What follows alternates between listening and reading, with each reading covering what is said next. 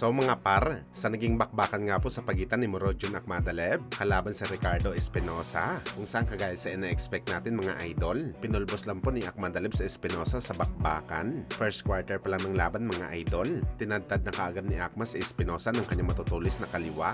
At pagdating sa round 3 mga idol, dito na nag-super science si Akhmadaleb at tinapos ng laban. Pinabagsak niya sa Espinosa ng 3 beses. Kaya sa ngayon po mga idol, si Akhmadaleb na po ang bagong WBA Interim Super Bantamweight Champion at kaagad nito hinamon si Inoue na wag daw ito puro iwas sa kanya sa bakbakan.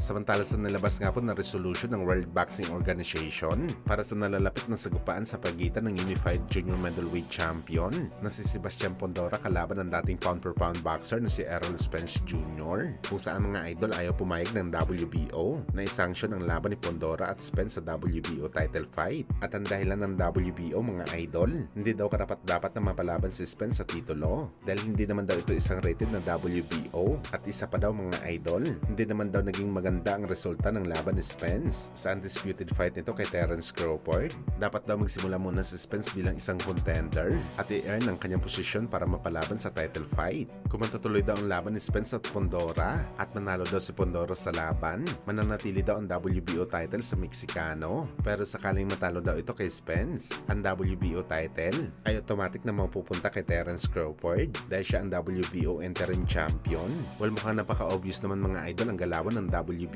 para i-set up ang titulo sa kanilang paboritong fighter na si Terence Crawford. Mantakin nyo mga idol, mapupunta kay Crawford ang titulo na walang kahirap-hirap. Una pa lang kasi mga idol, bago pa umakyat si Crawford sa 154 pounds at napalaban ito sa WBA title ni Madrimov. Iniregaluhan na ng WBO itong si Crawford dahil naisama ang WBO interim title sa pinaglabanan na kung tutuusin mga idol, hindi na kailangan ang interim title sa laban ni Madrimov at Crawford dahil WBA title fight na nga ang laban. Kumbaga binigyan na ng opportunity si Crawford sa title fight tapos may interim pa nakasama. Ngayon lang ito nangyari mga idol sa boxing sports. Parang gusto talaga ng WBO na kay Crawford lamang mapupunta ang kanilang titulo at hindi na nga bago sa atin mga idol ang ganitong galawan ng WBO. Nangyari na din kasi ito mga idol sa ating pambansang kamao Manny Pacquiao noong aktibo pa ito sa bakbakan. Kagaya sa pagkatalo nito kay Juan Manuel Marquez, naagaw ang kanyang WBO title sa welterweight pero pagbalik ni Pacman, nakaisang panalo pa lang ito, napalaban kaagad siya sa WBO title ni GC Vargas at nabawi kaagad nito ang titulo. Kaya masasabi talaga natin mga boss na meron talaga konting favoritism ang WBO sa mga fighter na ginawa nilang WBO Super Champion kagaya na lang kay Terence Crawford at Manny Pacquiao.